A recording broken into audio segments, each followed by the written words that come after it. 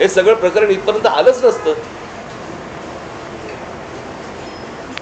बोला. नाही, यात एक प्रश्न असा आहे की नाही, एकच दिनेश, एकच नाही, एक मिनिट.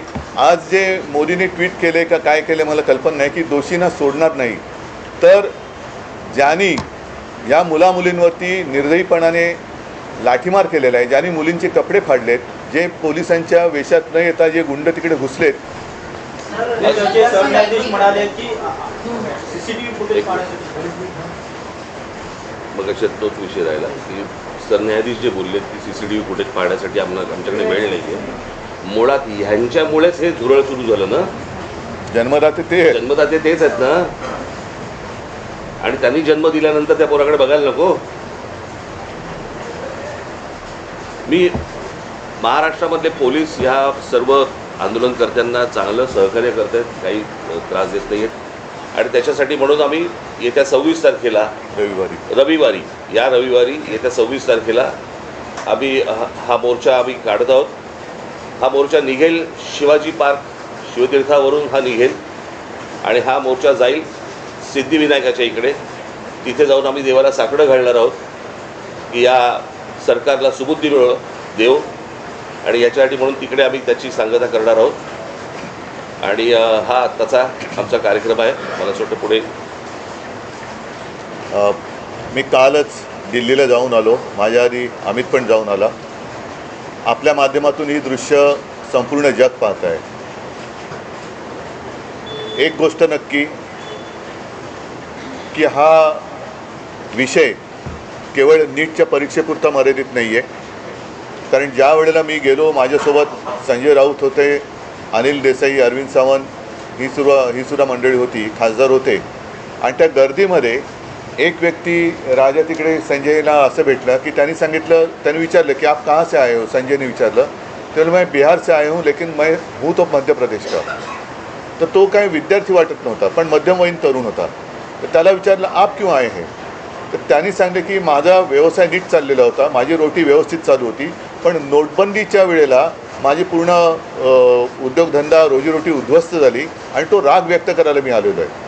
म्हणजे हे काही एक निमित्त झाले असं म्हणा पाहिजे तर, परंतु हा गेल्या काही वर्षातला राग हा आता उफाळून वरती आलेला आहे. दुर्दैवाने आज मी वृत्तपत्रात वाचलं आणि कालच आपल्या माध्यमातून मी बघितलं की न्यायमूर्तींना किंवा न्यायालयाला या प्रकरणाकडे लक्ष द्यायला वेळ नाही असं ते म्हणाले. आता विषय असा झालेला आहे की दिल्लीमध्ये मलासुद्धा तिथल्या काही मुली भेटल्या आणि त्या संतप्त होत्या. त्या सांगत होत्या की आमचे कपडे फाडले गेले, वाटेल तसं मारलं गेलं, काही ठिकाणी तर लाठ्या काठ्यांना खिळे लावून, गजलेले खिळे लावून मारलं गेलं, डोकी फोडली गेली. आणि काल एक व्यक्ती जी महिला म्हणजे मुलगी जी अत्यवस्थ होती, मला कल्पना नाही, आता तिचं येता वाचलं की आता आहे की नाही मला माहिती नाही आहे. तर एक असे अत्याचार वाढत चाललेले आहेत. न्यायालयाला कबूतरं, कुत्रे यांच्याकडे लक्ष द्यायला वेळ आहे, पण कॉक्रोचकडे लक्ष द्यायला वेळ नाही, हे दुर्भाग्य आहे. आणि देशाची परिस्थिती आता अशी झाली का, आणि न्यायालयाची परिस्थितीसुद्धा अशी धृतराष्ट्रासारखी झाली का. म्हणजे द्रौपदीने धृतराष्ट्राकडे न्याय मागण्यासारखं झालेलं आहे. आता मधल्या काळामध्ये चंद्रचूड यांनी न्यायालयाच्या न्यायदेवतेच्या डोळ्यावरची पट्टी काढली होती, ती न्यायदेवतेने परत पट्टी बांधली आहे का आणि कशासाठी बांधलेली आहे.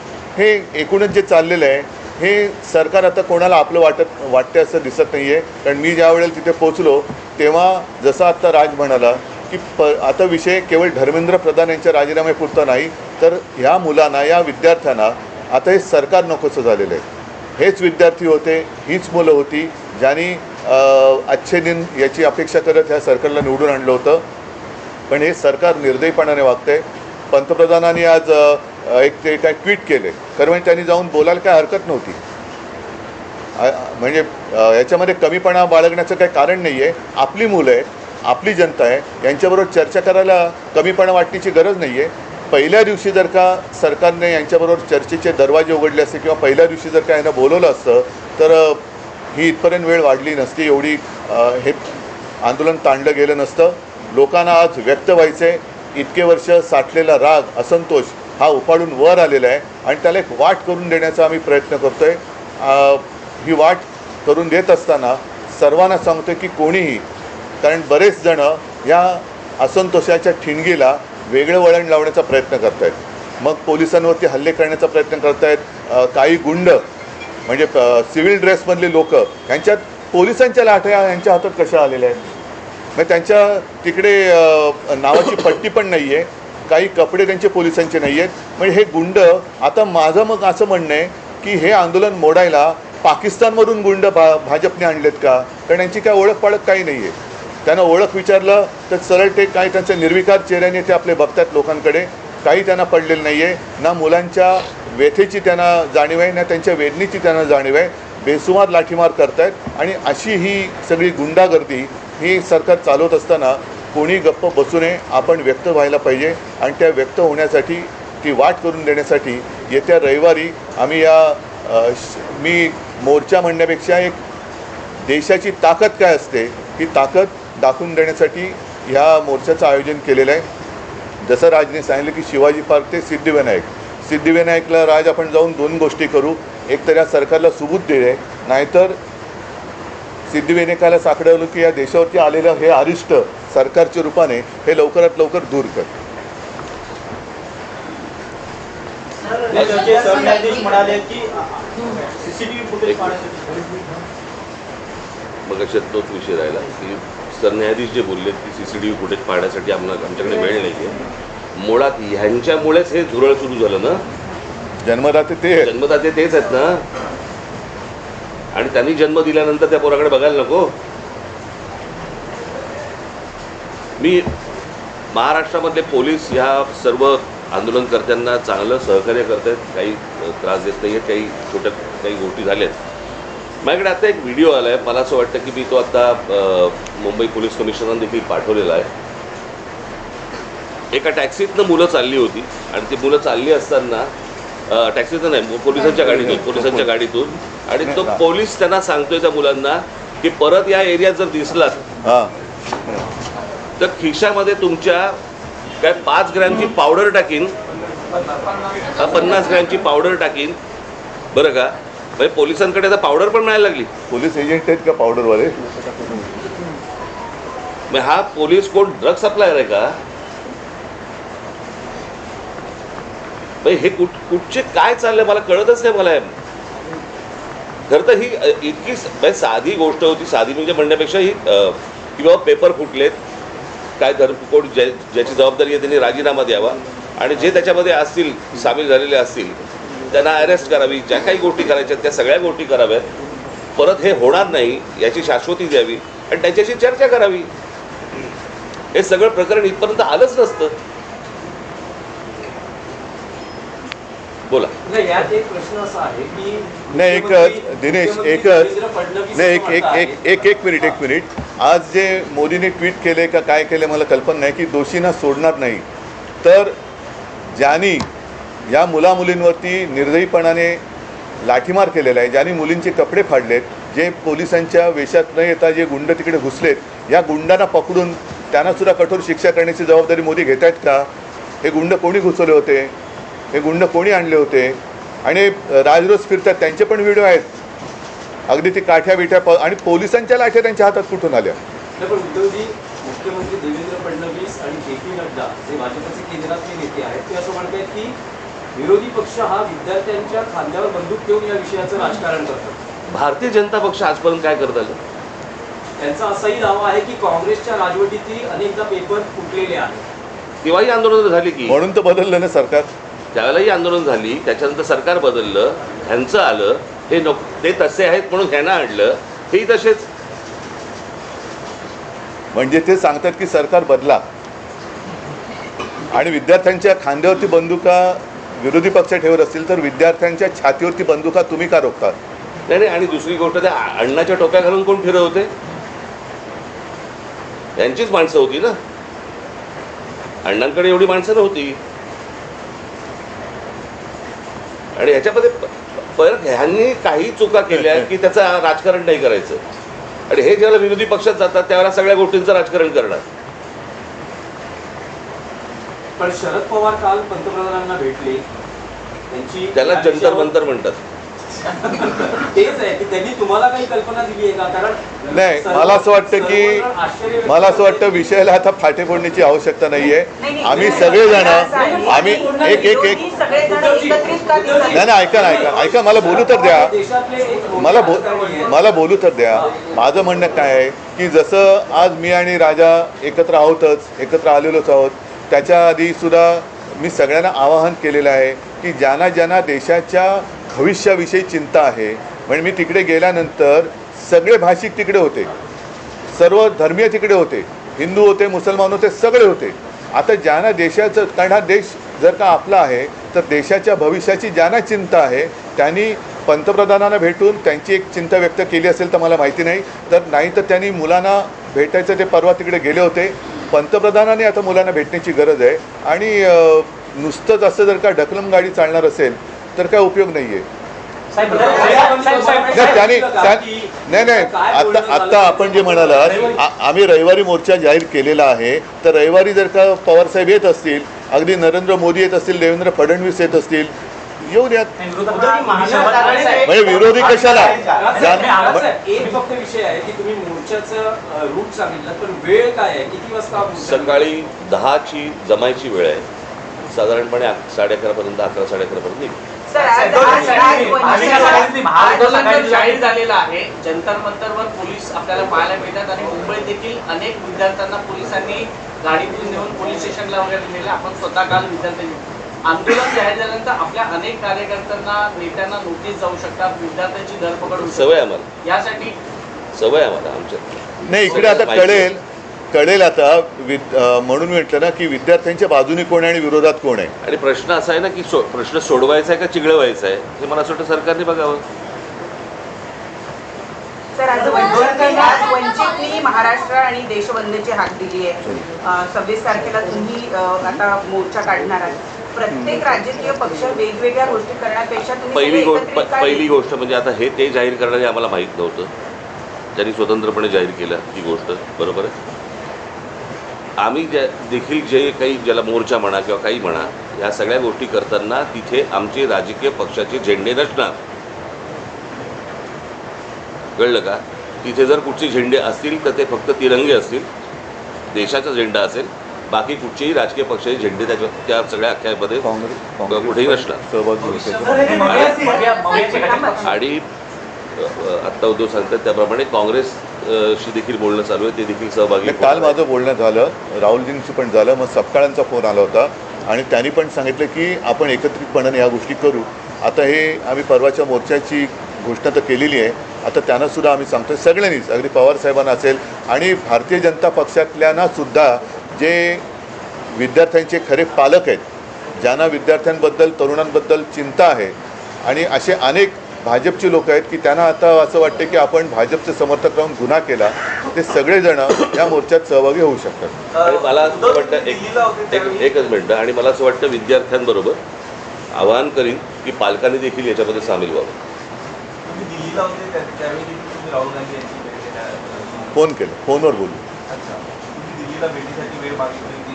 नाही, एक तर काय झालं, मी तिकडे रात्री पोचलो त्यावेळेला त्यांचं आंदोलन नुकतंच संपलं होतं आणि त्यांना मला वाटतं ते कुठलं छत्रसाल स्टेडियम तिकडे नेलं होतं. मला जंतर मंतरवरती जायचं होतं कारण अभिजित आणि सगळेजण तिकडे वाट बघत होते. मी तिकडे गेल्यानंतर मग माझी काही भेट झाली नाही, पण काल सकाळी माझं फोनवरती बोलणं होतं. भविष्यामध्ये आपण जंतर मंतरवर विद्यार्थ्यांशी थेट संवाद जाण्यासाठी जाणार आहात? अरे मी आत्ताच गेलो असतो, माझी तब्येत बरी नव्हती.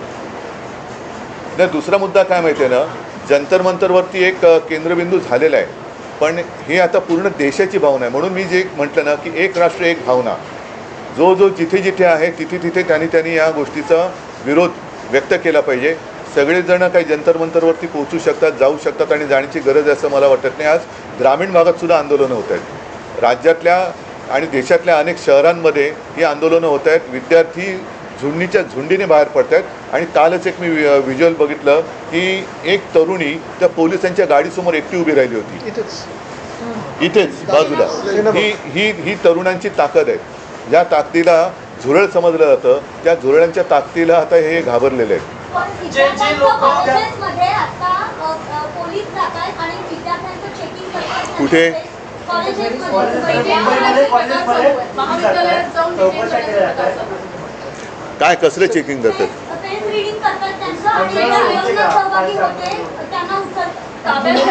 त्यांना काही तासासाठी डिटेन करतात आणि सोडतायत, कोणी घाबरत नाही. पण त्यांना काल पण आम्ही पाहिलं, काल मी आणि अमितच गेलेलो होते पोलीस स्टेशन. आता देश भीतीच्या पलीकडे गेलेला आहे.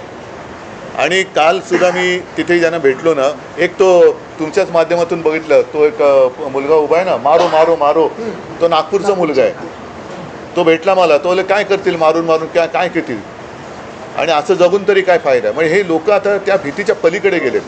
त्याच्यामुळे चेकिंग, तुम्ही त्यांची मनं नाही ओळखली, शरीर किंवा कपडे चेक करून काय करणार, त्यांच्या मनात काय चालले ते ओळखा ना. सोनम वांगचुक यांनी काल त्यांची भूमिका जाहीर केली. विद्यार्थ्यांचं म्हणणं काय होतं यावर चर्चा झाली का? आलं नाही तुमच्यापर्यंत? त्यांनी व्हिडिओ काढले होते ना. ऑडिओ व्यवस्थित नाही आहे. सोनम वांगचुक यांचं असं म्हणणं आहे की विद्यार्थ्यांवर ज्या केसेस आहेत हो. त्या मागे घेतल्या तर आपण आंदोलन किंवा उपोषण संपवतो. तुमचं विरोधी पक्षाचं काय म्हणणं आहे की याचा लॉजिकल एंड म्हणजे धर्मेंद्र प्रधान यांचा राजीनामा तेव्हाचे आंदोलन थांबेल, की सरकार असं म्हणते की चर्चा करायला या, लोकसभेत संसदेत यावर चर्चा होईल आणि त्यानंतर मग पुढचा निर्णय घेण्यात येईल. आता तिकडे Logical end काय? नाही बघा, आता प्रत्यक्षात तिकडे काय चाललंय, कारण मी मागे प्रेस कॉन्फरन्स घेतली होती ना, मी इथेच बोललो होतो, मला वाटतं की काही वर्षांपूर्वी म्हणजे 2018 साली एक जी डी अगरवाल नावाचे गृहस्थ होते, ते गंगेसाठी उपोषणाला बसले होते. सरकारने लक्ष नाही दिलं. 115व्या दिवशी त्यांनी प्राण सोडला. गंगा आणखीन वाईट झाली. म्हणजे करोनाच्या काळात तर मग गंगेमध्ये मृतदेह पण सोडले गेले. मग या सरकार हे निर्दयी आहे. मी वांगचुकना त्यांना तिथून हलवण्याच्या आधी 1-2 दिवस आधी फोनवरनं बोललो होतो आणि मी त्यांना हेच सांगितलं होतं की आपण उपोषण सोडा, कारण उपोषण कोणासमोर करायचं, ज्यांना काहीतरी संवेदना आहेत. या सरकारला संवेदना नाही आहे. त्याच्यामुळे त्यांना असं वाटतं की अशी लोकं गेलेली बरी, म्हणजे एकदा काय ते सगळं स्मशान शांतता होऊ द्या. पण तसं दिसत नाही आहे. अनेक जण आता प्रत्येकाच्या मनामध्ये ही ठिणगी पेटलेली आहे. त्याच्यात तुमचा जो विषय आहे की धर्मेंद्र प्रधान, शेवटी मग जबाबदारी कोणाची आहे? जे जबाबदार आहेत त्यांना सोडणार नाही. मग धर्मेंद्र प्रधान पहिले जबाबदार आहेत, त्यांना का सोडतायत? आणि धर्मेंद्र प्रधान पण कोणी एकेकाळी पेपर फुटीच्या विरुद्ध रस्त्यावर उतरले होते असं म्हणतात, जे आता विद्यार्थ्यांचं नशीब फोडतायत. तुम्हाला काय वाटतं की चर्चेतून, सरकार म्हणते चर्चेला या, यातून मार्ग काढू, तुम्हाला असं वाटतं की चर्चेतून मार्ग हे सुरुवातीला करायला पाहिजे होतं ना. हीच गोष्ट उपोषणही झालं नसतं, लाठीचार्ज झाला नसता, मुलांनी मार नसता खाल्ला. काय झालंय, आता घराघरामध्ये हे सगळं पोहोचलेलं आहे आंदोलन. त्याच्यामुळे सरकार आत्ता बॅकफूटवरती गेलं आणि म्हणून आत्ता ते सांगतात की आमच्याशी चर्चा करायला या म्हणून. कळलं का? ज्यावेळेला शिखांनी, ज्यावेळेला त्या शेतकऱ्यांनी, ज्यावेळेला पंजाबच्या शेतकऱ्यांनी, हरियाणाच्या शेतकऱ्यांनी ज्यावेळेला मोर्चा काढला होता, त्याला काय नाही बोलवलं? कारण तो प्रत्येक घरातला, देशातला नव्हता विषय. आत्ता त्यांना अंदाज आला या सगळ्या गोष्टींचा, त्यांच्याकडे पण यंत्रणा आहेच त्यांच्याकडे, की अंदाज आला की हे घराघरात पोचलंय आणि घराघरात पेटलंय. म्हणून आता हे बोलतात की आमच्याशी चर्चा करायला या. मणिपूरच्या प्रकरणात, त्या शिखांच्या प्रकरणामध्ये काही ट्विट केल्याचं आढळलं का पंतप्रधानांनी? त्यांच्या लक्षात आलंय की हे आपल्या अंगलट आलेलं आहे आणि म्हणून ही आता सारवासारव सुरू आहे. आणि एकच आता एक मिनिट, तुम्ही जे आता सांगितलं ना, तुम्ही जे आता सांगितलं की आता घरोघरी जाऊन चेकिंग, कॉलेजमध्ये जाऊन चेकिंग, तर मी सरकारला आणि पोलिसांना एक नम्र विनंती करेन की तुम्ही आणखीन आग भडकवू नका. ही मुलं शांत आहेत, त्यांच्याशी नीट चर्चा करा. ही शांतता भंग करण्याचं काम पोलिसांनी आणि सरकारने करू नये. मुख्यमंत्र्यांना आजही शंका आहे, ते म्हणतात की अँटी सोशल एलिमेंट, असामाजिक. आम्हाला पण शंका आहे की आता सरकारमध्ये असे कोण परकीय शक्ती सामील झाल्यात का की या मुलांना, देशाच्या विद्यार्थ्यांना चिरडण्यासाठी? आणि मी तुम्हाला सांगतो, 26 तारखेला जर असे कोणी घुसवण्याचे प्रयत्न केले ना, फटकावून काढणार. कळलं का? शांततेने मोर्चा असेल, शांततेने ह्या सगळ्या गोष्टी होतील, याच्यामध्ये कुठचीही हुल्लडबाजी नसेल, काहीच गोष्टी नसतील. पण उद्या जर समजा दिल्लीसारखं इथे काही करायचा प्रयत्न गुंड घुसवले, इथे काही करायचा प्रयत्न केला, आमची लोक सोडणार नाही. सर, हे सगळे उद्याचे मतदार आहेत, हे सगळे ह्या सगळा आक्रोश जो आहे, मला वाटतं का ते मतपेटीतून दिसेल? कारण आधी आपण ते हा विषय मतपेटीचा नाही आहे. पहिली गोष्ट तुम्ही लक्षात घ्या, आत्ता हा विषय मतपेटीचा नाही आहे, हा विषय कुठच्या निवडणुकांचा नाही आहे, हा विषय आहे त्यांच्या न्यायाचा. कळलं का? उद्या परीक्षेला बसलेले हे सगळे विद्यार्थी उद्या विद्यार्थी आत्महत्या करतात, याचा अर्थ काय समजून घ्या ना. इथे मतपेटीचा विषय येतो कुठे? पण ज्या प्रकारचा देशामध्ये सत्ता राबवली जाते त्याच्या विरुद्धचा राग हा मला असं वाटतं प्रत्येक राज्यांमधून बाहेर येतोय. ही सर्वात महत्त्वाची गोष्ट आहे. नाही, पण असं नाही आहे. पीएमच्या निवासस्थानी आंदोलन झालं, एकनाथ शिंदे असं म्हणतात की काय घातपात द्यायचा आहे. जाऊ दे, त्यांची बघा, त्यांच्या विरुद्ध बघा त्या आंदोलनाची तुलना अतिरेक्यांशी केली. त्यांच्याबरोबर तुम्ही त्यांच्या विरोधात काही बोललात की तुम्ही देशद्रोही असता, अँटी नॅशनल असता. कोणी केली अरे जाऊ दे रे, त्यांची कुवत आहे का? चल. कोल्हापूर जिल्ह्यातील सर्वच अचूक घडामोडींसाठी डिजिटल कोल्हापूरच्या सर्वच प्लॅटफॉर्मला लाईक, फॉलो, सबस्क्राईब करा.